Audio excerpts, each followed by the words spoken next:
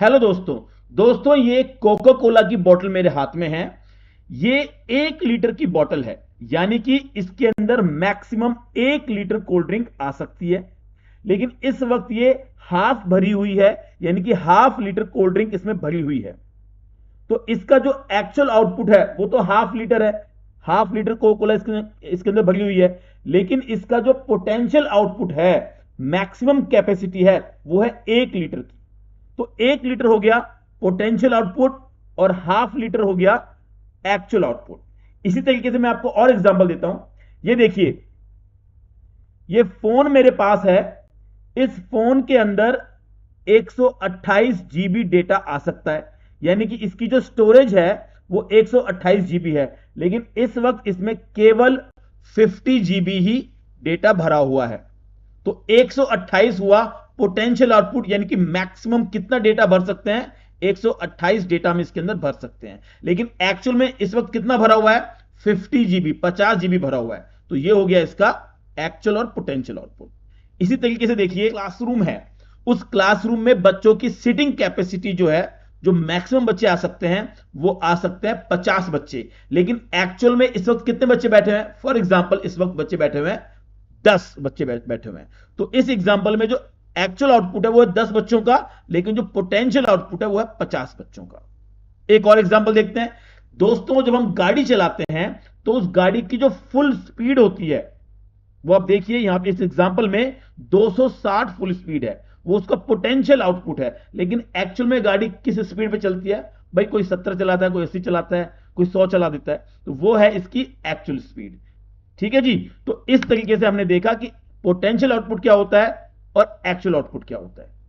चलिए दोस्तों, हम इस वीडियो में करेंगे प्रोडक्शन पॉसिबिलिटी कर्व। मैं हूं मनीष भारद्वाज, स्वागत है आपका इस चैनल पर। इस पूरी वीडियो में हम पीपीसी को या प्रोडक्शन पॉसिबिलिटी कर्व के सारे कॉन्सेप्ट को, सारे टॉपिक इस वीडियो में खत्म कर देंगे। बने रहिए मेरे साथ, ये वन शॉट वीडियो, पूरा पीपीसी एक ही वीडियो में खत्म हो जाएगा। चलिए दोस्तों शुरू करते हैं। तो देखिए दोस्तों, चैप्टर का नाम सबसे पहले लिखा हुआ है। ये चैप्टर का नाम लिखा हुआ है प्रोडक्शन पॉसिबिलिटी कर्व, या फ्रंटियर लिखा हुआ है यहां पे। तो ये भी इसका एक नाम है, production possibility frontier. Other name की बात करें तो देखो, अदर नेम इसके कई सारे हैं। इसको प्रोडक्शन पॉसिबिलिटी कर्व भी बोला जाता है, प्रोडक्शन पॉसिबिलिटी फ्रंटियर भी बोला जाता है, प्रोडक्शन पॉसिबिलिटी बाउंड्री भी बोला जाता है, ट्रांसफॉर्मेशन कर्व भी बोला जाता है, ट्रांसफॉर्मेशन बाउंड्री भी बोला जाता है, ट्रांसफॉर्मेशन फ्रंटियर भी बोला जाता है। ये कई सारे नाम है इस टॉपिक के, प्रोडक्शन पॉसिबिलिटी कर्व। अच्छा, ये होता क्या है, मैंने अभी आपको थोड़ी देर में समझाया था कि किसी भी चीज की मैक्सिमम लिमिट, सिंपल सी बात है कि किसी भी चीज की maximum limit, maximum limit, maximum limit को बोलते हैं हम पीपीसी। यानी कि मैक्सिमम लिमिट कह लो या इसको फुल कैपेसिटी कह लो, एक ही बात है, फुल कैपेसिटी कह लो, है ना, या इसको पोटेंशियल आउटपुट कह लो,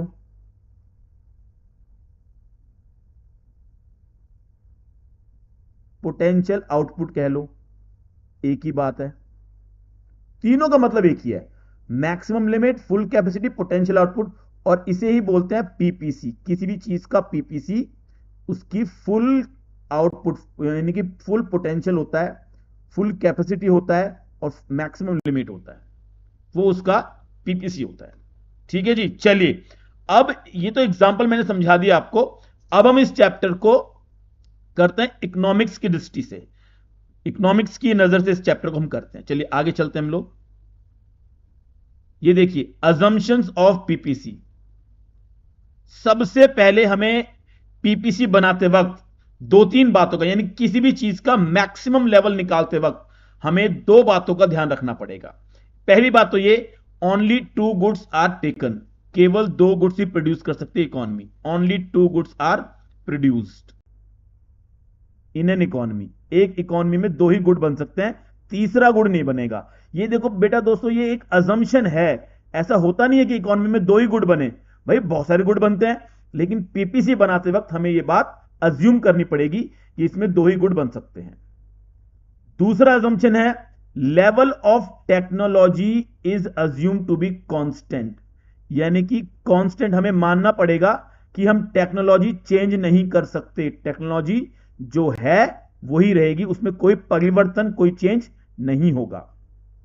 तीसरी बात, पीपीसी बनाते वक्त हमें मानना पड़ेगा कि रिसोर्सेज हमारे फिक्स हैं, रिसोर्सेज आर फिक्स हैं, और रिसोर्सेज को ट्रांसफर भी किया जा सकता है from one use to another use. इसको थोड़ा समझते हैं। देखिए, हमने यहां अज्यूम किया कि इकोनॉमी 2 गुड बनाती है, तो यहां पे हम अज्यूम एक चीज और अज्यूम कर लेते हैं कि इकोनॉमी बनाती है गन और बटर। ये एग्जांपल लेके चलते हैं। इकोनॉमी 2 ही गुड बनाती है, गन बनाती है और बटर बनाती है, ठीक है। अब रिसोर्सेज कैन बी, दे का मतलब resources can be transferred from one use to another use, यानी कि जो लोग गन बना रहे हैं, जो लोग गन बना रहे हैं उनसे हम बटर भी बनवा सकते हैं, और जो लोग बटर बना रहे हैं उनसे हम गन भी बनवा सकते हैं। इसे बोलते हैं ट्रांसफर करना, रिसोर्सेज को ट्रांसफर करना, हम ऐसा मान के चलते हैं, ठीक है जी। चलिए आगे चलते हैं। अगला जो पॉइंट कह रहा है वो ये कह रहा है कि resources are fully and efficiently utilised. अब इसका क्या मतलब है बेटा, अभी समझाता हूं। इसका मतलब यह है कि जो भी रिसोर्सेज हमारे हैं हम उनका मैक्सिमम यूटिलाइजेशन कर रहे हैं। क्या कर रहे हैं? मैक्सिमम यूटिलाइजेशन कर रहे हैं, यानी कि उसको वेस्ट नहीं कर रहे हैं, हम उसको वेस्ट नहीं कर रहे हैं, बिल्कुल भी हमारे रिसोर्सेज वेस्ट नहीं हो रहे हैं, केवल और केवल फुल यूटिलाइजेशन उनका हो रहा है, रिसोर्सेज वेस्ट नहीं हो रहे हैं, हम ये मान के चलते हैं। चलिए आगे चलते हैं। अगला जो इसका पॉइंट है वो कह रहा है कि resources are not equally efficient, not equally efficient in the production of all the goods. यानी कि इसका मतलब यह है कि जो लोग गन बना रहे हैं वो बटर बनाने में उतने एक्सपर्ट नहीं हैं, और जो बटर बना रहे हैं वो गन बनाने में उतने एक्सपर्ट नहीं है। भाई कैसे हो सकता है? एक आदमी 2 चीजों में उतना एक्सपर्ट नहीं हो सकता, है ना। तो जब हम रिसोर्सेज को ट्रांसफर करते हैं from one production to another production, तो हमारी प्रोडक्टिविटी डिक्रीज होती है, हमारी जो प्रोडक्टिविटी है, आउटपुट है जो हमारा, वो डिक्रीज हो जाएगा। होगा ही ना भाई।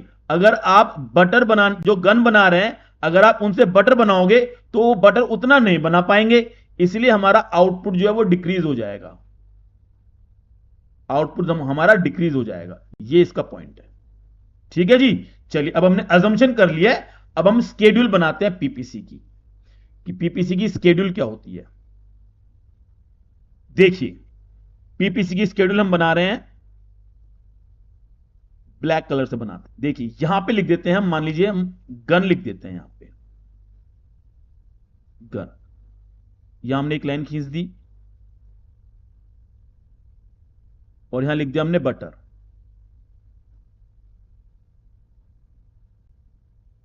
बटर अब पहले शेड्यूल बना लेते हैं। तो देखिए पहले बनेगा 21, 21 में से 1 घटाओ 20, 20 में से 1 माइनस 2 माइनस करो, अब 18, 18 में से 3 माइनस करो 15, 15 में से 4 माइनस करो 11, 11 में से 5 माइनस करो अब 6, 6 में से 6 माइनस करो 0। ठीक है दोस्तों, 0 आ जाएगा यहां पे, 0 1 2 3 4 5 और 6। ये देखिए ये है हमारा पीपीसी, ये पीपीसी की स्केड्यूल है। स्केड्यूल का मतलब होता है बेटा टेबल, स्केड्यूल का मतलब क्या होता है? टेबल बनाना। अब इसका क्या मतलब है मैं आपको समझाता हूं। देखिए ये सीधी लाइन खींच देता हूं मैं। इसका मतलब क्या है? इसका मतलब यह है कि अगर इकोनॉमी अपने रिसोर्सेज को पूरा इस्तेमाल करे, फुल यूटिलाइजेशन करे, तो 21 गन बन सकती है, 21 गन बनेगी, लेकिन बटर एक भी नहीं बनेगा। अगर आप 20 गन बनाओगे तो आप एक बटर बना सकते हो। अगर आप 18 गन बनाओगे तो आप दो बटर बना सकते हो। अगर आप 15 गन बनाओगे तो आप तीन बटर बना सकते हो। अगर आप 11 गन बनाओगे तो आप चार बटर बना सकते हो। अगर आप 6 गन बनाओगे तो आप पांच बटर बना सकते हो। अगर आप एक भी गन नहीं बनाओगे तो आप 6 बटर बना सकते हो। इसका मतलब यह हो गया कि इससे ज्यादा का कॉम्बिनेशन आपको नहीं मिल सकता। कभी भी ऐसा नहीं हो सकता कि आप 21 गन के साथ आप एक बटर बनाओ, that is not possible. 18 gun के साथ आप तीन बटर बनाओ, दैट इज नॉट पॉसिबल। ये पॉसिबल नहीं है भाई। क्यों पॉसिबल नहीं है? क्योंकि इकोनॉमी जो है ऑलरेडी अपने फुल पोटेंशियल पे काम कर रही है, तो उसमें यही कॉम्बिनेशन हमें मिल सकते हैं। तो देखिए कॉम्बिनेशन लिख देते हैं अब जरा, कॉम्बिनेशन लिख देते हैं। यहां हमने लिख दिया कॉम्बिनेशन।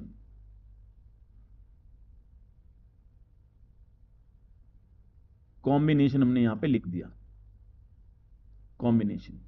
तो ये है बेटा कॉम्बिनेशन ए, ये है बी, ये है सी, ये है डी, ये है ई, ये है एफ और ये है जी। ठीक है जी। चलिए अब इस शेड्यूल के आधार पर, इस शेड्यूल क्या कह गया हमें कि इससे ज्यादा का कॉम्बिनेशन आपको नहीं मिल सकता। ये मैक्सिमम आउटपुट है, गन और बटर का मैक्सिमम आउटपुट है ये। इससे ज्यादा आप प्रोडक्शन नहीं कर सकते, एक इकोनॉमी इससे ज्यादा प्रोडक्शन नहीं कर सकती। चलिए अब हम बनाएंगे ग्राफ। अब हम ग्राफ बनाएंगे इसका। तो यहां लिख देते हैं ग्राफ ऑफ पीपी। यहीं पे बना लेते हैं बेटा, अगले पॉइंट पे क्या बनाए, ग्राफ बनाएंगे यहां पे। अगर हम ग्राफ बनाए यहां पे GRAPH, ग्राफ अगर बनाए तो सबसे पहले हमें एक ऐसे लाइन खींचनी है। ये टेढ़ी लाइन खींच लिया भाई। एक मिनट इसको मिटा देते हैं, दोबारा से बनाते हैं इसको। Let's make it second time.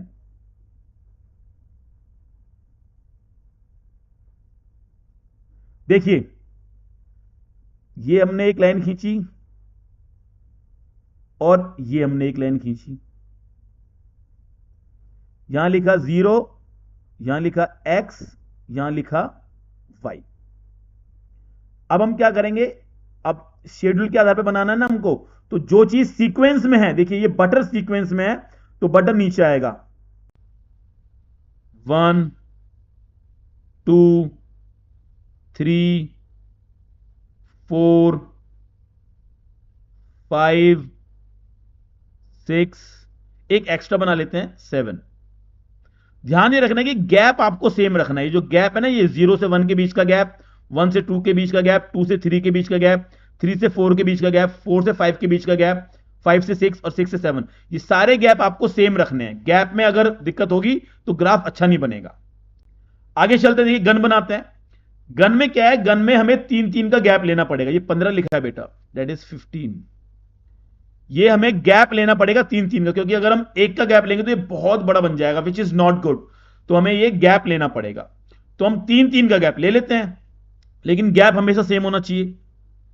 3 3 दूनी 6, 3 तिया 9, है ना, ऐसे टेबल बनाते हैं ना। 12 15 18, थोड़ा सा तो मिटाना पड़ेगा इस वाई को। 18 हो गया ना, ठीक है। थोड़ा इसको और बनाते हैं आगे, और 18 के बाद ये हो गया आपका 21, दैट इज 21। ये वाई हो गया हमारा, ठीक है। अब हमें पॉइंट को डिटरमाइन करना है बेटा, पॉइंट हमें लगाने हैं। देखिए पॉइंट हम लगाएंगे ब्लू से, ब्लू से पॉइंट लगाते हैं। देखिए जब 21 गन बन रही थी तो बटर 0 था, तो यहां पे हमने बटर लिखा हुआ है, ये बटर है हमारा, जो सीक्वेंस में वो हमारा बटर है। और यहां पे हमने लिखा है गन, यहां पे हमने गन बनाया है, ठीक है। तो जब 21 गन था तो बटर 0 था, तो गन पे 21 पे हम यहां पे लगाएंगे, एक पॉइंट लगाएंगे। और 0 ये रहा, तो 0 पे पॉइंट लगा दिया, 0 बटर। फिर कह रहा है एक बटर और 20 गन, तो देखो 20 यहां पे आएगा और एक यहां पे है, तो यहां के ऊपर यहां पे पॉइंट बनेगा हमारा ये 1 और 20, ये हो गया 1, ये हो गया 20। ठीक है जी। उसके बाद 18 पे 2 है, देखिए 18 पे 2, 18 ये रहा हमारा और 2 हमारा ये रहा, तो उसको ऊपर लेके जाएंगे, इसको इधर लेके जाएंगे, तो ये 2 यहां पे बन जाएगा पॉइंट हमारा, 18 और 2। फिर है 15 और 3, 15 ये रहा हमारा और 3 ये रहा हमारा, तो यहां पे बना देंगे पॉइंट 15 और 3। फिर है 11 और 4, तो 11 ये को 12 के हल्का से नीचे 11 ये रहा और 4 ये रहा, तो यहां बना देंगे पॉइंट। ठीक है, ये पॉइंट बन गया हमारा। उसके बाद है 6 और 5, 6 घन और 5 बटर, ये 6 घन ये रही और 5 बटर ये रहा, तो यहां बन जाएगा पॉइंट। उसके बाद है 0 और 6, तो 0 घन ये रही, 6 बटर ये रही, तो यहां पे बन जाएगा पॉइंट। ये आपका पीपीसी के पॉइंट हमने प्लॉट कर दिए हैं with the help of schedule. अब क्या करना है, अब इसको ज्वाइन करना है, तो ब्लैक कलर से इसको ज्वाइन कर देते हैं। देखो जी, इसको हम ज्वाइन करेंगे, ऐसे ऐसे ऐसे करेंगे, ऐसे करेंगे, ये ऐसे जाएगा, थोड़ा सा टेढ़ा बन गया, इसको मिटा देते हैं बेटा। ओ पॉइंट भी मिट गया हमारा, ये क्या हो गया, चलो दोबारा पॉइंट लगाते हैं। 11 हो गया था हमारा, 6 पे 5, 6 ये रहा, 5 ये रहा, तो ये पॉइंट था और एक ये पॉइंट ये था। अब दोबारा चलते हैं,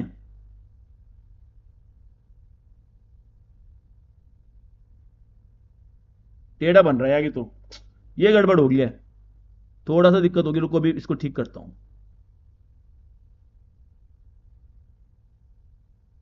अभी इसको ठीक करता हूं बेटा, ये हो गया बेटा, ये टेढ़ा नहीं बनेगा, ये बिल्कुल सीधा ही बनेगा, मतलब कर्व में ही बनेगा वो, ये कर्व ही बनेगा, ये कर्व ऐसे बन जाएगा आपका, ऐसे ऐसे ये कर्व बनेगा आपका। ठीक है, अभी हम पॉइंट लगा देते हैं उसका, जो हमारा पॉइंट था, ये हमारा एक पॉइंट मिस हो गया था, ये था हमारा 11 पे 6 पे 5, तो 6 ये रहा, 5 ये रहा, तो ये पॉइंट था हमारा। ठीक है, ये सब हमारे पॉइंट हो गए, ये हमने पीपीसी बना लिया। ये है बेटा पीपीसी, पीपीसी कर्व में बनता है। ठीक है, इसकी शेप होती है कॉनकेव, ये है कॉनकेव, कॉनकेव शेप का। अभी शेप के बारे में बहुत डिटेल में पढ़ेंगे हम। ठीक है, अब देखिए हमें क्या करना पड़ेगा, कॉम्बिनेशन लिखने पड़ेंगे इसके, ये जो कॉम्बिनेशन है ना, A B C D E F G, ये कॉम्बिनेशन यहां लिखने पड़ेंगे। यहां लिख देते हैं ए, ये ए है, ये बी है, ये सी है, ये डी है, ये ई है, ये एफ है और ये हमारा जी है। तो ये है आपका PPF, graph of PPF. Graph हमने लिख दिया यहां पे, पीपीएफ और लिख देते हैं। पीपीएफ बोलो पीपीसी बोलो एक ही बात है, ग्राफ ऑफ पीपीएफ, या पीपीसी भी कह सकते हैं इसको, पीपीसी भी, पीपीएफ या पीपीसी कुछ भी कह सकते हैं इसको। ठीक है जी, तो देखिए हमने ग्राफ बना दिया है। मैं दोबारा बताना चाहता हूं आपको, थोड़ा सा मैंने थोड़ा ओवर एक्सप्लेन कर दिया कि पीपीसी किसी भी चीज की मैक्सिमम लिमिट को बताता है, मैक्सिमम लिमिट। तो इकोनॉमी में गन और बटर का जो मैक्सिमम लिमिट है वो यही इसकी कॉम्बिनेशन मैक्सिमम लिमिट है, इससे ज्यादा आप गन और बटर नहीं बना सकते, ये पीपीसी ने मैक्सिमम लिमिट फिक्स कर दी है। ठीक है, अब करते हैं इसका स्केड्यूल करते हैं। देखो इसकी स्केड्यूल तो हमने कर लिया है, ग्राफ भी हमने कर लिया है, ये ग्राफ हम ऑलरेडी कर चुके हैं। डेफिनेशन करते हैं इसकी। देखिए पीपीसी की डेफिनेशन कर रहे हैं बेटा हम, तो डेफिनेशन क्या कहती है पीपीसी की, डेफिनेशन ये कहती है, ये देखो डेफिनेशन कर रहे हैं हम लोग कि पीपीसी क्या है, एक ग्राफिकल रिप्रेजेंटेशन है। पीपीसी में हमने क्या किया है, ग्राफ ही तो बनाया है, तो ग्राफिकल रिप्रेजेंटेशन है। और ग्राफ में हमने क्या दिखाया है, सारे पॉसिबल कॉम्बिनेशन दिखाए हैं, पॉसिबल कॉम्बिनेशन दिखाए हैं। कॉम्बिनेशन किसके दिखाए हैं, 2 गुड के दिखाए हैं, गन और बटर के, है ना, 2 गुड के दिखाए हैं, गन और बटर, गन और बटर, इन दोनों के पॉसिबल आपको कॉम्बिनेशन दिखाए हैं, जो एक इकोनॉमी प्रोड्यूस करती है with given resources and constant technology. यानी कि मतलब ये हो गया कि गिवन रिसोर्सेज और कांस्टेंट टेक्नोलॉजी की हेल्प से इकोनॉमी 2 गुड के जो भी पॉसिबल कॉम्बिनेशन प्रोड्यूस करती है, जब उन पॉसिबल कॉम्बिनेशन को ग्राफ के थ्रू दिखाया जाता है तो इसे पीपीसी कहा जाता है। PPC is a graphical representation. ठीक है जी। मैं एक बार दोबारा बोल देता हूं कि गिवन रिसोर्सेज और कांस्टेंट टेक्नोलॉजी की हेल्प से एक इकोनॉमी जो पॉसिबल कॉम्बिनेशन प्रोड्यूस करती है, जब उनको ग्राफ की सहायता से दिखाया जाता है तो उसको पीपीसी कहा जाता है। ठीक है।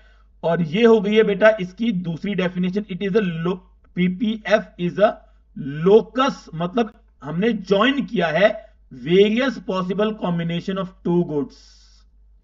सारे पॉसिबल कॉम्बिनेशन जो टू गुड्स के हैं उनको पॉइंट बनाकर उनको लोकस कर दिया है, उनको ज्वाइन कर दिया गया है। ठीक है, तो उसे पीपीएफ बोलते हैं, जो प्रोड्यूस हो रहे हैं with given resources and constant technology. ये बेटा ये लिखना बहुत इंपॉर्टेंट है, ये गिवन रिसोर्सेज और कांस्टेंट टेक्नोलॉजी। तो ये पीपीएफ की डेफिनेशन हो गई। ठीक है जी। तो देखो एक बार दोबारा आपको दिखा देता हूं, ये पीपीएफ हमने बना दिया है, शेड्यूल और ग्राफ दोनों बना दिए पीपीएफ के। ये इसके अजम्पशन कर ली है, ये इसके अदर नेम करने, पीपीएफ के अदर नेम है। और ये मैंने आपको इसको लेमैन लैंग्वेज यानी कि एक आम भाषा में मैंने आपको समझा भी दिया है कि पीपीएफ होता क्या है। लेमैन्स लैंग्वेज एक आम भाषा में आपको समझा दिया है। ठीक है जी, ये पीपीसी होता है। चलिए अब पीपीएफ से रिलेटेड हम कई और चीजें भी हम करेंगे। तो अब करेंगे ये MOC, marginal opportunity cost. Marginal opportunity cost, तो शुरुआत देखो इसकी शेड्यूल से ही करते हैं।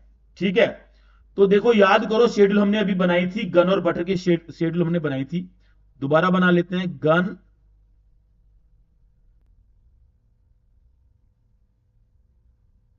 और बटर। ठीक है, गन और बटर की शेड्यूल हम बना रहे हैं।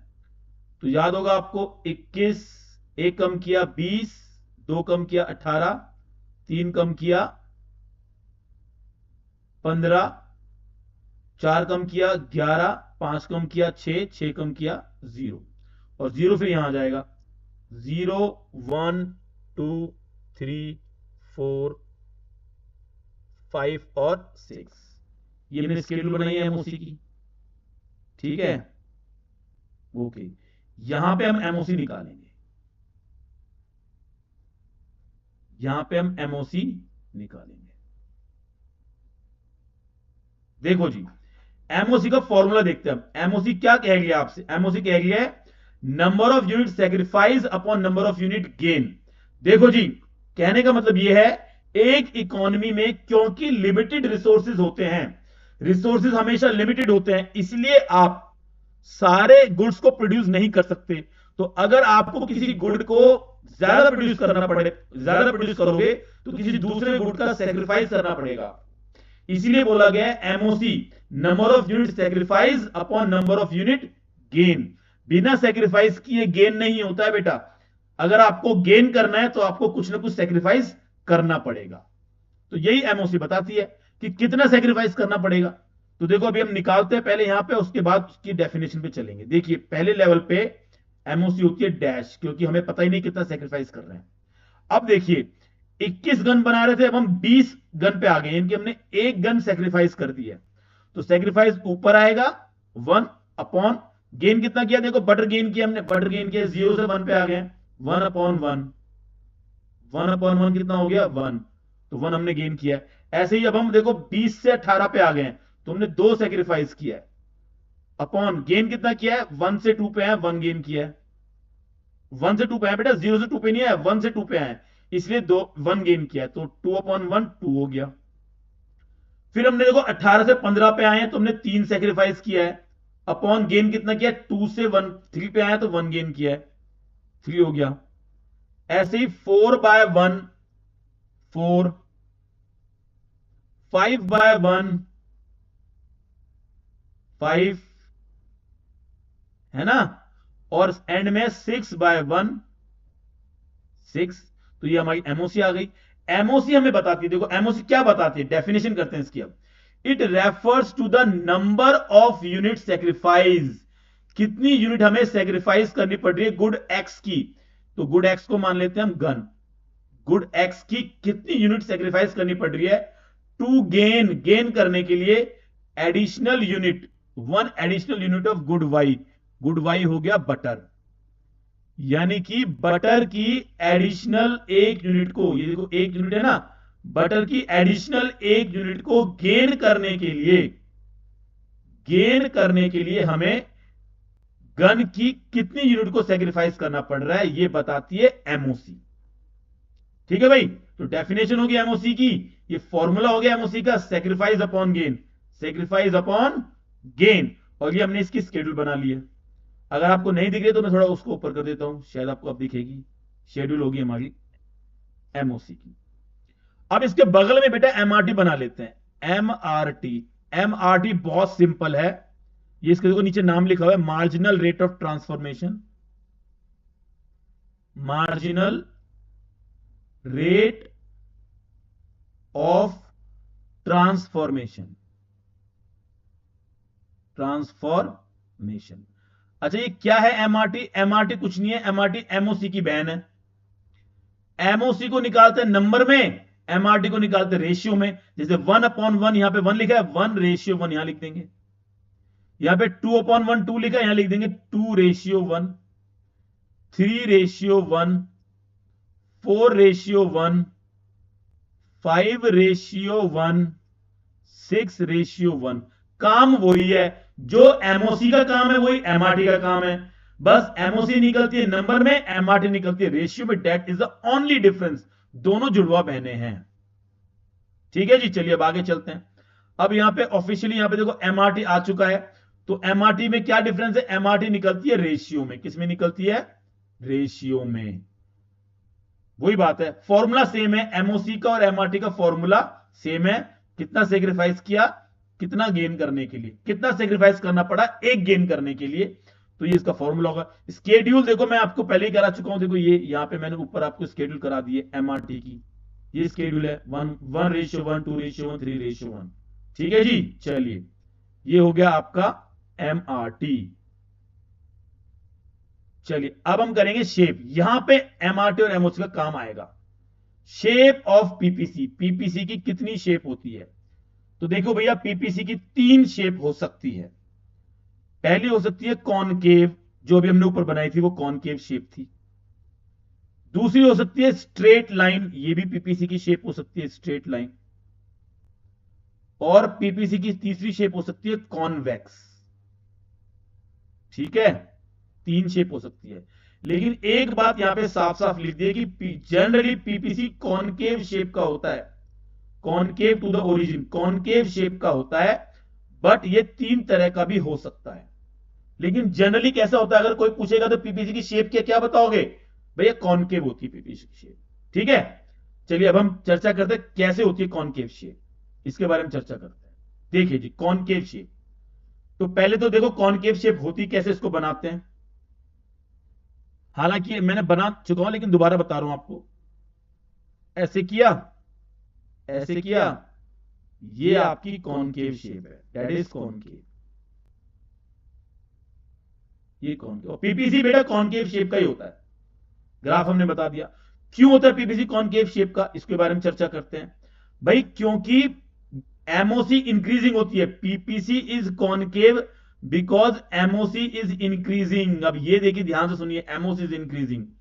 अभी मैं आपको दिखाता हूं एमओसी इंक्रीजिंग। ये देखिए, हमने ऊपर एमओसी बनाई थी ना, ये देखिए एमओसी देखिए इंक्रीजिंग में आ गया, 1 2 3 4 5 6। एमओसी क्या आ गया? इंक्रीजिंग में आ गया। ठीक है, एमओसी इंक्रीजिंग में है, इसलिए पीपीसी की शेप कॉनकेव होती है। MOC is increasing. अब सवाल उठता है कि एमओसी इंक्रीजिंग क्यों होती है? Why MOC is increasing? क्योंकि बेटा जब हम रिसोर्सेज को शिफ्ट करते हैं तो हमें सेक्रीफाइस ज्यादा करना पड़ता है और गेन होता है हमारा कम। सेक्रीफाइस ज्यादा है, गेन हमारा कम है। ये रीजन है आपका एमओसी इंक्रीजिंग होने का। क्यों बेटा, क्यों ये रीजन है? क्योंकि देखो, हमने पीपीएफ में एक अजम्पशन मानी थी, अगर आपको याद हो तो, कि all resources are not equally efficient. Resources equally efficient नहीं है। जब उनको शिफ्ट किया जाएगा from one use to another use, तो प्रोडक्टिविटी डिक्रीज होगी। प्रोडक्टिविटी क्या होगी? डिक्रीज होगी। इसका मतलब यह है कि जब आप गन बनाने वालों से बटर बनवाओगे, आपने कहा भी लोगों गन बनाना छोड़ो बटर बनाओ, तो भैया बटर वो कम प्रोड्यूस करेंगे, क्योंकि बटर बनाने में वो उतने एक्सपर्ट नहीं है कि जितने वो गन बनाने में एक्सपर्ट थे। तो गन का प्रोडक्शन ज्यादा था, बटर का प्रोडक्शन कम है, तो हमें ज्यादा सेक्रीफाइस करना पड़ रहा है, गेन हो रहा है हमें कम। ये रीजन है एमओसी की इंक्रीजिंग का। और एमओसी इंक्रीजिंग है, यही रीजन है पीपीसी के कॉनकेव होने का। PPC is concave because of increasing MOC. क्या आपको बात समझ में आ गई बेटा? आई होप आपको बात समझ में आई गई होगी। इन अदर वर्ड देखो, अगर दूसरे वर्ड देखें, दूसरे वर्ड्स में देखें तो बात वही है कि एमओसी जो है ना, पीपीसी कॉनकेव है क्योंकि इंक्रीजिंग एमओसी है because more and more units are sacrificed to gain one additional unit of another commodity. वही बात हो गई कि सेक्रीफाइस ज्यादा करना पड़ता है, गेन होता है हमें कम। सेक्रीफाइस हमें ज्यादा करना पड़ता है, ये देखिए यहां पे आ गया, सेक्रीफाइस ज्यादा करना पड़ता है, more and more units are sacrifice to gain one additional unit. ज्यादा सेक्रीफाइस करो, गेन होता कम है, ये बात है। चलिए अब हम करते हैं पीपीसी स्ट्रेट लाइन भी हो सकता है भाई। पीपीसी स्ट्रेट लाइन भी हो सकता है। कैसे स्ट्रेट लाइन, मैं बताता हूं करके आपको। ये हमने पीपीसी बनाया, ऐसे किया, ऐसे किया, 0x y किया, और ये बन गया पीपीसी स्ट्रेट लाइन। ये आपका पीपीसी है और ये स्ट्रेट लाइन बनाया आपका, स्ट्रेट लाइन। अब सवाल है कि स्ट्रेट लाइन क्यों बनाए ये? तो इसका जो रीजन है स्ट्रेट लाइन बनने का, वो रीजन है कि इस बार एमओसी हमारी कांस्टेंट है। PPF is straight line because constant MOC, MOC हमारी कांस्टेंट है। कांस्टेंट एमओसी का मतलब यह है कि जब हम रिसोर्सेज को शिफ्ट करते हैं तो जितना हम सेक्रीफाइस कर रहे हैं उतना ही हमें गेन हो रहा है। जितना सेक्रीफाइस करो उतना ही गेन हो रहा है। यानी कि जब हमने रिसोर्सेज को शिफ्ट किया, यानी कि गन बनाने वालों से कहा कि भैया गन बनानी छोड़ो, अब तुम बटर बनाओ, तो भैया वो बटर बनाने में भी एक्सपर्ट निकले। तो जितनी वो गन बना रहे थे उतना ही यूनिट वो बटर बना रहे हैं। तो जितना आपने सेक्रीफाइस किया गन का, उतना ही आपको गेन हो गया बटर का, है ना? तो जितना सेक्रीफाइस उतना गेन। इसमें एमओसी कांस्टेंट होगी, एमओसी होगी हमारी कांस्टेंट, और पीपीसी बनेगा स्ट्रेट लाइन। तो अदर वर्ड्स की बात करें तो PPF is straight line, straight लिखा है यहां पे, लाइन लिख देता हूं मैं, straight line due to constant MOC. MOC constant है क्योंकि हमें सेम यूनिट सेक्रीफाइस करनी पड़ रही है एक यूनिट को गेन करने के लिए दूसरी कमोडिटी को। यानी कि अगर हम जितना गन सेक्रीफाइस कर रहे हैं उतना ही हमें बटर मिल रहा है, इसलिए पीपीएफ होगा आपका स्ट्रेट लाइन। ठीक है, लेकिन ऐसा होता नहीं है, ये बहुत एक हमने अजम्पशन लिया, ऐसा होता नहीं है। पीपीएफ कॉनकेव ही होता है। चलिए आगे चलते हैं। अगला है पीपीएफ इज कॉन्वेक्स शेप। ये देखिए कॉन्वेक्स की बात कर रहे हैं हम, ये कॉन्वेक्स शेप भी हो सकता है। तो पहले ड्रॉ करते हैं कि कॉन्वेक्स शेप कैसी होती है। ये देखिए ऐसे किया, ऐसे किया, 0x y यहां लिखा, और दैट इज कॉन्वेक्स शेप। ये आपकी कॉन्वेक्स है। पीपीसी इज, बेटा बार बार मैं कई बार पीपीसी बोल रहा हूं, कई बार पीपीएफ बोल रहा हूं, कंफ्यूज नहीं होना, दोनों का एक ही मतलब होता है। पीपीसी इज कॉन्वेक्स, पीपीसी आपका क्या है? कॉन्वेक्स है। अब वो कॉन्वेक्स क्यों है इसके बारे में हम चर्चा करते हैं कि वो कॉन्वेक्स क्यों है। देखिए बेटा, पीपीएफ कॉन्वेक्स इसलिए है क्योंकि इस बार एमओसी आपकी डिक्रीज कर रही है, एमओसी कम हो गई है इस बार। और ऐसा क्यों हो रहा है कि एमओसी कम हो गई है? क्योंकि इस बार आपने जो सेक्रीफाइस किया है वो कम है और गेन आपका ज्यादा है। बताओ, गेन ज्यादा हो गया, सेक्रीफाइस किया कम, गेन हो गया ज्यादा। यानी कि जब आपने गन बनाने वालों से बोला कि भैया गन बनानी छोड़ो, आप बटर बनाओ, जब गन बनाने वालों को आपने शिफ्ट किया कि भैया गन छोड़ के बटर बनाओ, तो भैया बटर ज्यादा बनाने लग गए वो। जितनी गन बनाते थे उससे ज्यादा बटर बनाने लग गए। ये चमत्कार भी हो सकता है बेटा, होता है ऐसा जिंदगी में, ऐसे चमत्कार भी होते हैं। हमें खुद नहीं पता होता कि हम किस चीज में एक्सपर्ट हैं, तो जो चीज हम छोड़ देते हैं और दूसरी चीज में जाते हैं तो उसमें हम ज्यादा से ज्यादा हमें गेन मिल जाता है, हम गेन ज्यादा करने लग जाते हैं। इसका मैं आपको एक एग्जांपल देता हूं। देखो, इसका एक एग्जांपल है कि अगर आप क्रिकेट मैच देखते हो, अगर आप क्रिकेट देखते हो तो आपको पता होगा कि ऑस्ट्रेलिया की जो क्रिकेट टीम है वहां पे एक बैट्समैन है, स्टीव स्मिथ। स्टीव स्मिथ, ठीक है जी। स्टीव स्मिथ ने अपने कैरियर की शुरुआत बॉलिंग से की थी, बॉलिंग से कैरियर की शुरुआत की थी। फिर इन्होंने खुद को शिफ्ट कर लिया बैटिंग पे, बैटिंग पे शिफ्ट कर लिया। तो बहुत ही खराब किस्म के बॉलर थे या ओके टाइप के बॉलर थे, लेकिन जब बैटिंग करने पहुंचे तो कमाल कर दिया। अच्छे बैट्समैन है, बैटिंग में गेन हो गया इनको। तो कई बार हमें खुद अपने टैलेंट के बारे में, अपनी एक्सपर्टीज के बारे में नहीं पता होता। तो जैसे बॉलिंग से बैटिंग पे गए तो सेक्रीफाइस किए बॉलिंग को, बॉलिंग सेक्रीफाइस की जो कि ओके टाइप की थी, लेकिन बैटिंग इनकी बड़ी कमाल की निकली तो गेन बहुत ज्यादा हो गया। तो कई बार ऐसा भी होता है कि हमें कम सेक्रीफाइस करना पड़ता है और गेन हमें ज्यादा हो जाता है। तो उस केस में पीपीसी जो है वो, पीपीएफ जो कॉन्वेक्स बनता है। क्या बनता है? कॉन्वेक्स बनता है। तो कैसे देखो, in other words PPF is convex, PPF आपका कॉन्वेक्स है, बिल्कुल जी पीपीएफ कॉन्वेक्स है। क्यों? क्योंकि हमें लेस सेक्रीफाइस करना पड़ रहा है, लेस यूनिट्स हमें सेक्रीफाइस करनी पड़ रही है गेन करने के लिए। गेन हमें ज्यादा हो रहा है, सेक्रीफाइस हो रहा है कम, गेन हो रहा है ज्यादा।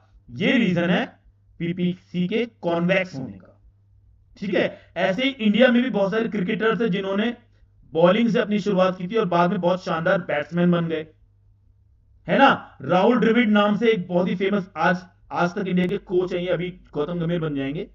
राहुल द्रविड़ ये भारत के कोच है, बहुत ही शानदार बैट्समैन रह चुके हैं। इन्होंने अपने करियर की शुरुआत फुटबॉल से की थी, फुटबॉल से शुरुआत की थी, और जब फुटबॉल को छोड़ के क्रिकेट में आए तो कमाल कर दिया।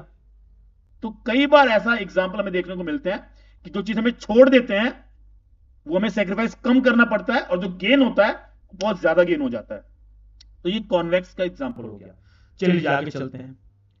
अब आता है points on inside and outside PPF. ये भी बेटा बड़ा इंपॉर्टेंट टॉपिक है, कई बार एग्जाम में पूछ लिया जाता है। तो चलिए इसको करते हैं। पहले यहां पे एक छोटा सा पीपीएफ बना देते हैं। यहां पे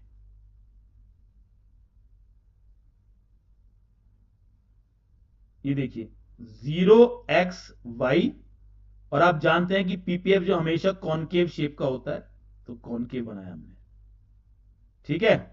अब यहां पे कुछ पॉइंट्स हम ड्रॉ करेंगे, कुछ पॉइंट्स ड्रॉ करेंगे। देखिए एक पॉइंट है यहां पे ए, जो पीपीसी के ऊपर है। एक पॉइंट है बी, ये भी पीपीसी के ऊपर है। एक पॉइंट है सी, ये भी पीपीसी के ऊपर है। एक पॉइंट पीपीसी के अंदर है, इसे बोलते हैं डी, और एक बाहर है जिसे बोलेंगे हम ई। तो ये ना तीन तरीके के पीपीसी पे पॉइंट हो गए। एक हो गया ऑन द पीपीसी, जो पीपीसी के ऊपर है, लाइक ए बी एंड सी, ये पीपीसी के ऊपर है। पीपीसी के इनसाइड एक पॉइंट है जिसे बोलते हैं हम डी, ये डी पॉइंट है। और पीपीसी के बाहर जो पॉइंट है उसे बोलेंगे हम ई, ये ई है, ठीक है। तो देखिए क्या है पॉइंट, जो पॉइंट पीपीसी के ऊपर है, ऑन द पीपीसी है, वो हमें क्या शो कर रहे हैं? These point shows full utilisation of resources, यानी कि रिसोर्सेज का फुल यूटिलाइजेशन हो रहा है, हम मैक्सिमम यूटिलाइजेशन कर रहे हैं रिसोर्सेज का, तो हमें पीपीसी के ऊपर पॉइंट मिल जाएंगे। इसका मतलब यह हो गया कि 1 लीटर की पेप्सी पूरी 1 लीटर की भरी हुई है। इसका मतलब यह हो गया कि अगर गाड़ी की स्पीड 260 है तो गाड़ी 260 पे चल रही है। अगर एक क्लासरूम में 50 बच्चों के बैठने की जगह है तो 50 बच्चे बैठे हैं उस क्लासरूम के अंदर। यह है मैक्सिमम यूटिलाइजेशन ऑफ रिसोर्सेज। इसका मतलब यह है कि इकोनॉमी जो है, हमारी जो इकोनॉमी है, वो अपने मैक्सिमम कैपेसिटी पे काम कर रही है। इसका यह मतलब हो गया। अब पॉइंट इनसाइड की बात करते हैं, जो डी पॉइंट है। इनसाइड का मतलब यह है कि these point show the under utilisation, ये देखिए अंडर यूटिलाइजेशन ऑफ रिसोर्सेज, यानी कि रिसोर्सेज का बेहतर इस्तेमाल नहीं हो रहा है, हम कम इस्तेमाल कर रहे हैं, है ना। इसमें वही एग्जांपल हो गया कि अगर एक रूम में, एक क्लासरूम में 50 बच्चों के बैठने की जगह है, तो भैया उसमें 10 बच्चे ही बैठे हैं। Under utilisation of resources, resources का कम इस्तेमाल हो रहा है।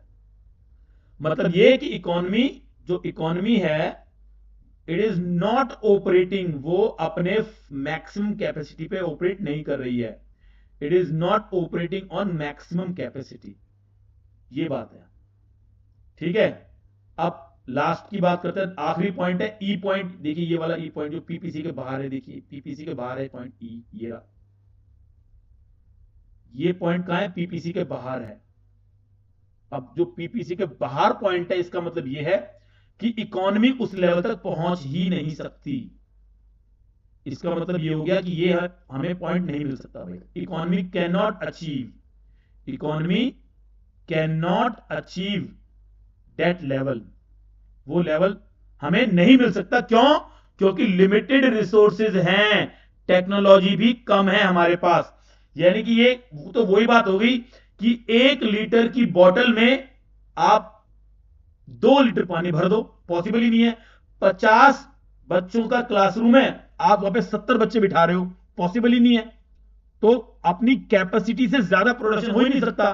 तो ये पॉइंट पीपीसी के आउटसाइड बनेगा, आउटसाइड बनेगा। तो ये कैनॉट अचीव, ये में अचीव नहीं हो सकता, कैनॉट अचीव, ठीक है भाई। चलिए अब 2 टॉपिक करते हैं, एक है अटेनेबल कॉम्बिनेशन और एक है अनअटेनेबल कॉम्बिनेशन। ये बेटा वही बात हो गई। देखिए मैं बनाता हूं यहां पे पीपीसी, ये मैंने पीपीसी बनाया, 0xy मैंने लिया, ये पीपीसी बनाया, है ना। पॉइंट बना देते, अभी थोड़ी देर पहले तो बनाए थे पॉइंट, वही पॉइंट बना देते हैं कि ए पॉइंट बी पॉइंट सी, जो पीपीसी के ऊपर है, अंदर का पॉइंट डी है, बाहर का पॉइंट ई है। तो अटेनेबल कॉम्बिनेशन, अटेनेबल का मतलब होता है जो हमें मिल सकते हैं, जिन्हें हम प्राप्त कर सकते हैं। अटेनेबल कॉम्बिनेशन, प्राप्त कर सकते हैं। गेटेबल, जो हमें मिल सकते हैं। गेटेबल, जिन्हें हम प्राप्त कर सकते हैं। तो भाई देखो, ऑन द पीपीसी वाले पॉइंट ए बी सी हमें मिल सकते हैं और डी पॉइंट पे हमें मिल सकता है, दोनों पॉइंट हमें मिल सकते हैं, है ना। लिखा है ना कि these combination are the combination which an economy can achieve, economy उनको अचीव कर सकती है with given resources and technology. Given resources और टेक्नोलॉजी जो हमारे पास है, उनकी हेल्प से इन कॉम्बिनेशन को हम अचीव कर सकते हैं। ये आते हैं फॉल ऑन द पीपीसी और इनसाइड द पीपीसी। तो ऑन वाले और इनसाइड वाले, तो हम लिख सकते हैं यहां के अंदर ए पॉइंट भी मिल सकता है, बी भी मिल सकता है, सी भी मिल सकता है, एंड हमें डी पॉइंट भी मिल सकता है। हम इनको अचीव कर सकते हैं, ठीक है। तो हम क्या अचीव नहीं कर सकते बेटा, हम ई पॉइंट, ये वाला पॉइंट हम अचीव नहीं कर सकते। तो ये हो गया अनअटेनेबल कॉम्बिनेशन, जो प्राप्त नहीं हो सकता, जो फिलहाल मतलब इस वक्त तो प्राप्त नहीं हो सकता, जो प्राप्त नहीं हो सकता, जो प्राप्त नहीं हो सकता, ठीक है। थोड़ा इसको ऊपर शायद आपको दिख नहीं रहा होगा, ये अटेनेबल अनअटेनेबल ये हो गया हमारा, ठीक है जी। चलिए बहुत बढ़िया, तो ये हमारा अटेनेबल अनअटेनेबल हो गया है। अब बात करते हैं पीपीसी क्या चेंज हो सकता है क्या भाई, क्या पीपीसी चेंज हो सकता है, इज पीपीसी चेंजेबल। भाई हो सकता है, बिल्कुल हो सकता है। दुनिया में क्या काम नहीं हो सकता, सारे काम हो सकते हैं, है ना। सिद्धू जी कहते हैं ना, असंभव शब्द मूर्खों की डिक्शनरी में होता है। तो पीपीएफ और पीपीसी चेंज हो सकता है, 2 तरीके से चेंज होता है। एक है रोटेशन, रोटेशन हो सकता है इसका, और एक इसका शिफ्ट हो सकता है। अभी समझाऊंगा, पहले ये लाइन बहुत इंपॉर्टेंट देखो। Yes, PPC can be change, PPC change हो सकता है, लेकिन पीपीसी चेंज तभी होगा जब प्रोडक्शन की कैपेसिटी को चेंज किया जाए। इकोनॉमी में जो प्रोडक्शन की कैपेसिटी है, उस कैपेसिटी को चेंज किया जाए, तभी हो सकता है। कैसे? कि मान लीजिए एक रूम है, ये एक रूम है, ये एक रूम है, और इस रूम में 50 स्टूडेंट्स के बैठने की जगह है, लेकिन हम चाहते हैं कि 100 बच्चे बैठे, तो हम क्या करेंगे भाई, बगल वाला घर लेके इसमें ऐड कर देंगे, कैपेसिटी बढ़ गई। बगल वाला रूम हमने ले लिया, दीवार को हमने मिटा दिया, इस दीवार को हम क्या करेंगे, मिटा देंगे। ये दीवार, अरे सारा मिट गया, तो दीवार हमने मिटा दी और हमने ये बड़ा रूम बना लिया। तो अब तो इसमें 100 आ जाएंगे ना, 100 तो आ जाएंगे, 100 स्टूडेंट आ जाएंगे इसके अंदर। कहने का मतलब ये है, कहने का मतलब ये है बेटा कि अगर प्रोडक्टिव कैपेसिटी को अगर हम बढ़ा दें, उसको चेंज कर दें, तो पीपीसी भी शिफ्ट हो सकता है, चेंज हो सकता है। लेकिन उसके लिए आपको प्रोडक्शन की कैपेसिटी बढ़ानी पड़ेगी। अगर आपकी कार की फुल स्पीड 260 है और आप चाहते हो कि वो 300 पे भागे, तो आपको उसकी कैपेसिटी चेंज करनी पड़ेगी, उसके अंदर इंजन डालना पड़ेगा, स्ट्रांग वाला इंजन डालना पड़ेगा उसके अंदर, हो जाएगी चेंज, है ना। तो चेंज तो हो सकती है बेटा, लेकिन उसके लिए कैपेसिटी बढ़ानी पड़ेगी। चलिए अब हम बात करते हैं, अब चेंज में आता है रोटेशन। रोटेशन और शिफ्ट दो चीजें चेंज के अंदर। पहले रोटेशन की बात करते हैं। देखो पहले ग्राफ बनाते हैं कि ये हमने बनाया पीपीएफ या पीपीसी, कुछ भी बोल सकते हैं इसको। ये हमने बनाया पीपीएफ, ठीक है। यहां हमने बनाया बटर और यहां हमने बनाया गन, ठीक है। अब हुआ ये कि हम 100 नई भैंस खरीद के लेके आए। जाहिर सी बात है, अगर हम 100 नई भैंस खरीद के लेके आए हैं तो बटर का प्रोडक्शन यहां से बढ़ के यहां हो जाएगा, है ना। लेकिन गन के प्रोडक्शन पे तो कोई असर पड़ेगा ही नहीं, गन तो उतनी रहेगी। तो नया पीपीसी बनेगा, गन वही रहेगी हमारी, और ये हमारा बटर बढ़ गया। ये देखिए बटर बढ़ गया हमारा, ठीक है। उसी प्रकार हम अब मान लेते हैं, अज्यूम करते हैं कि हमारी 100 भैंस मर गई थी, पहले हमारी 100 भैंस मर चुकी है, तो जो बटर है वो अंदर की तरफ बन जाएगा पॉइंट, तो नया पीपीसी बनेगा इस तरीके से। तो ये है बेटा रोटेशन बोलते हैं इसको। यानी कि एक गुड के बटर के रेफरेंस में तो चेंज हो रहा है, लेकिन गन में चेंज नहीं हो रहा, चेंज नहीं हो रहा। तो पीपीसी, यहां इसका मतलब पीपीसी है, PPC will rotate when there is change in productive capacity with respect to only one good. जब किसी एक गुड के रेफरेंस में चेंज आता है तो उसे रोटेशन बोलते हैं। तो यहां पे बटर के रेफरेंस में चेंज आ रहा है तो रोटेशन बोलेंगे।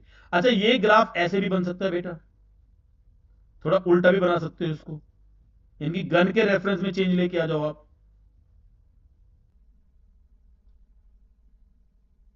यहां बनाया बटर, यहां बनाया गन, तो आप गन के रेफरेंस में चेंज लेके आ जाओ, तो गन यहां कम हो गई और गन यहां बढ़ गई, है ना। ऐसे भी हो सकता है, इसे बोलते हैं रोटेशन, ठीक है। चलिए अब हम करते हैं शिफ्ट। अब करते हैं शिफ्ट। तो देखो भाई, शिफ्ट के बारे में चर्चा करते हैं। तो भाई शिफ्ट जो है वो भी दो तरीके का होता है। अभी पहले शिफ्ट कर लेते हैं। तो ये हमने बनाया पीपीएफ 0x y, ये पीपीएफ है, यहां है बटर और यहां पर है गन, ठीक है। अब देखिए इकोनॉमी में क्या हुआ कि हमने गन का और बटर का दोनों का प्रोडक्शन बढ़ गया है, तो ये पीपीएफ ऐसे शिफ्ट हो जाएगा, गन का बटर का दोनों का प्रोडक्शन बढ़ गया है। और दूसरे मामले में दूसरे अजम्पशन ये है कि दोनों का कम हो गया है, तो ऐसे बन जाएगा। इसे बोलते हैं शिफ्ट, यानी कि जब इसमें भी चेंज हुआ है और इसमें भी चेंज हुआ है, दोनों में चेंज हुआ है, तो जब दोनों में चेंज होगा तो इसे बोलेंगे शिफ्ट। तो इट विल शिफ्ट, इट मतलब PPC, PPC will shift when there is change in productive capacity with respect to both the good. जब दोनों गुड के रेफरेंस में चेंज आएगा तो इसे बोलेंगे शिफ्ट। और देखिए शिफ्ट होता है दो तरीके का बेटा, ये देखिए शिफ्ट होता है राइट वर्ड और होता है लेफ्ट वर्ड। चलो इसको बना लेते हैं पहले, हालांकि मैं बना चुका हूं यहां पे, पर दोबारा बना लेते हैं। जितना बनाओगे उतना ही कम है। 0xy, ये हमारा पीपीसी है, यहां लिखते हैं बटर और यहां लिखते हैं हम गन। ठीक है, तो देखिए राइटवर्ड कैसे शिफ्ट होगा। अब देखिए ये राइटवर्ड शिफ्ट ऐसे होगा, ये राइटवर्ड शिफ्ट है ना, पीपीसी अपने राइट साइड में शिफ्ट कर गया, ये राइटवर्ड शिफ्ट है, राइट हो गया ना, ये आपका राइटवर्ड शिफ्ट है, राइटवर्ड शिफ्ट। इसको आउटवर्ड भी बोलते हैं बेटा, कई लोग आउटवर्ड बोलते हैं कि बाहर की तरफ पीपीसी बाहर की तरफ बढ़ गया है, इसको आउटवर्ड शिफ्ट भी बोलते हैं, आउटवर्ड शिफ्ट। ठीक है, और लेफ्टवर्ड कैसे होगा, इसका बिल्कुल अपोजिट कर दो। लेफ्टवर्ड में क्या करेंगे, इसका बिल्कुल अपोजिट कर दो, ऐसे किया, ऐसे किया, 0xy किया, यहां बटर लिखा, यहां गन लिखा, ये आपका पीपीएफ था पहले, अब आपका पीपीएफ अंदर की तरफ शिफ्ट हो गया है और वो अब ऐसा हो गया है आपका पीपीएफ, ये आपका पीपीएफ अंदर की तरफ, यानी कि ये इनसाइड, तो इसे बोलेंगे लेफ्टवर्ड, और इसको इनवर्ड भी, या इनवर्ड या इनसाइड कुछ भी कह सकते हो, इनवर्ड शिफ्ट भी इसको कह सकते हो आप। ठीक है जी, तो ये राइटवर्ड लेफ्टवर्ड दो तरीके से पीपीसी या पीपीएफ शिफ्ट होता है, दो तरीके से, राइटवर्ड और लेफ्टवर्ड। चलिए अब सवाल उठता है क्यों होता है जी राइटवर्ड, क्यों होता है, ये देखिए क्यों हो रहा है राइटवर्ड, राइटवर्ड ऐसा क्या हो गया इकोनॉमी के अंदर कि वो राइटवर्ड शिफ्ट हो रहा है। तो राइटवर्ड शिफ्ट होने के दो बड़े कारण हैं, एक तो रिसोर्सेज में ग्रोथ हो गई है भाई, रिसोर्सेज बढ़ गए हैं, और advancement in technology, technology upgrade हो गई है, अपग्रेड हो गई है। ठीक है, ध्यान आपको यह रखना है कि चाहे शिफ्ट हो या रोटेशन हो, यानी कि चेंज इन पीपीसी तभी होगा, चेंज इन पीपीसी तभी होगा जब हम अजम्पशन को तोड़ दें। पीपीसी की अजम्पशन थी ना कि resources are fix, resources are fix, resources are fix, ये पीपीसी की अजम्पशन थी। जब हम इस अजम्पशन को तोड़ देंगे, इसको गलत साबित करेंगे, तभी जाके पीपीसी चेंज होगा बेटा, वरना पीपीसी चेंज नहीं होगा, अजम्पशन को तोड़ना पड़ेगा। तो अगर हमारे ग्रोथ रिसोर्सेज हमारे बढ़ जाएं, अभी आगे बताऊंगा कैसे कैसे होता है, और हमारी टेक्नोलॉजी अपग्रेड हो जाए, तो पीपीसी राइटवर्ड शिफ्ट हो जाएगा।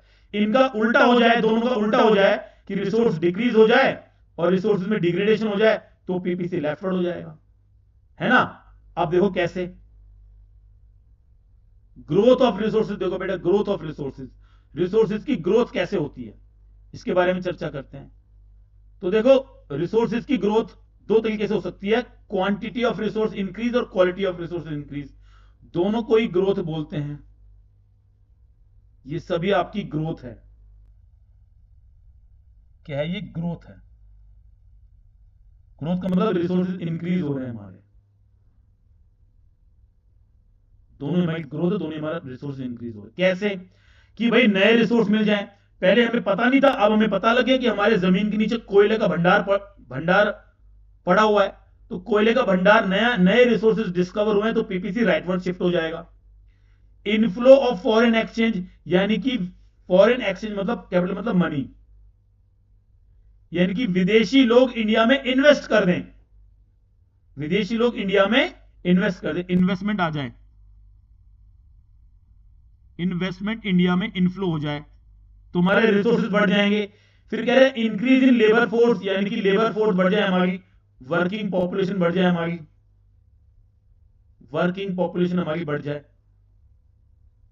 तो जब ये काम हो जाएगा, तीनों में से कोई भी चीज हो जाएगी, तो क्वांटिटी बढ़ जाएगी रिसोर्सेज की, मतलब ग्रोथ बढ़ जाएगी रिसोर्सेज की, या क्वालिटी बढ़ जाए रिसोर्सेज की, स्किल डेवलपमेंट हो जाए बेटा, स्किल का डेवलपमेंट हो जाए, ह्यूमन रिसोर्स का, ह्यूमन रिसोर्स का मतलब होता है वर्कर, वर्कर इसका मतलब है। अब इसको ऐसा मान के चलो कि मान लीजिए आपका एक जो वर्कर था वो एक दिन में 10 टॉय बनाता था, आपने उसकी ट्रेनिंग करवा दी, उसको ट्रेनिंग पे भेज दिया, जर्मनी से ट्रेनिंग लेके आया है वो, तो अब वो एक दिन में बनाता है 15 टॉय, 15 टॉय बनाता है एक दिन के अंदर, 5 टॉय एक्स्ट्रा बना रहा है ना वो, तो इसे बोलेंगे इंक्रीज इन रिसोर्सेज, यानी कि क्वालिटी बढ़ गई है रिसोर्सेज की, रिसोर्सेज की क्वालिटी बढ़ गई है, यानी कि ग्रोथ बढ़ गई है। ठीक है। एक अगला पॉइंट है इंप्रूव्ड हाइजेनिक एनवायरनमेंट। अगर आपको अच्छा एनवायरनमेंट मिलेगा, अच्छा एनवायरनमेंट मिलेगा तो आप प्रोडक्शन ज्यादा करोगे, प्रोडक्शन ज्यादा हो जाएगा। साफ सुथरा एनवायरनमेंट है, सारे आपके जो है हेल्थ कॉन्शियस हो आप, है ना, साफ सुथरा एनवायरनमेंट है, बीमारी नहीं लगेगी, इलनेस रिड्यूस हो जाएगी। इससे क्या हो जाएगा, इलनेस आपकी रिड्यूस हो जाएगी, कम हो जाएगी, इससे बीमारी कम होगी आपको। अगर अच्छा हाइजेनिक एनवायरनमेंट होगा तो बीमारी आपको कम होगी, बीमारी कम होगी तो आप प्रोडक्शन ज्यादा करोगे। ठीक है। और लास्ट इसका जो पॉइंट है वो है आपका अपग्रेडेशन इन टेक्नोलॉजी, यानी कि टेक्नोलॉजी अपग्रेड हो जाए, नई टेक्नोलॉजी आ जाए, नई टेक्नोलॉजी आ जाए तो भी प्रोडक्शन हमारा बढ़ जाता है। ये तो बहुत सिंपल सी बात है बेटा। पहले के फोन देखो कैसे फोन आते थे, उनमें स्टोरेज बहुत कम होती थी, स्टोरेज पहले के फोन में कम होती थी। आजकल देखो एडवांस टेक्नोलॉजी आ गई है, छोटे छोटे फोन होते हैं और उनमें स्टोरेज ज्यादा होती है, स्टोरेज ज्यादा होती है, एक्स्ट्रा स्टोरेज भी उसके अंदर आप डाल सकते हो। तो ये है आपका अपग्रेडेशन इन टेक्नोलॉजी। तो दोस्तों यहां पे ये पीपीसी वाला चैप्टर खत्म होता है। अगर मेरे दोस्तों भाइयों अगर आपको कोई भी दिक्कत आ रही है इस चैप्टर को समझने में तो आप कमेंट बॉक्स में मुझसे सवाल पूछ सकते हो। अगर आप इस चैनल पे नए हो तो भैया चैनल को सब्सक्राइब कर दीजिए, अगर वीडियो पसंद आई है तो लाइक कर दीजिए, अगर ये वीडियो आपके किसी रिश्तेदार को या किसी दोस्त को काम आ सकती है तो शेयर कर दीजिए। अगली वीडियो में फिर से आपसे मुलाकात होगी। थैंक यू सो मच, नमस्ते।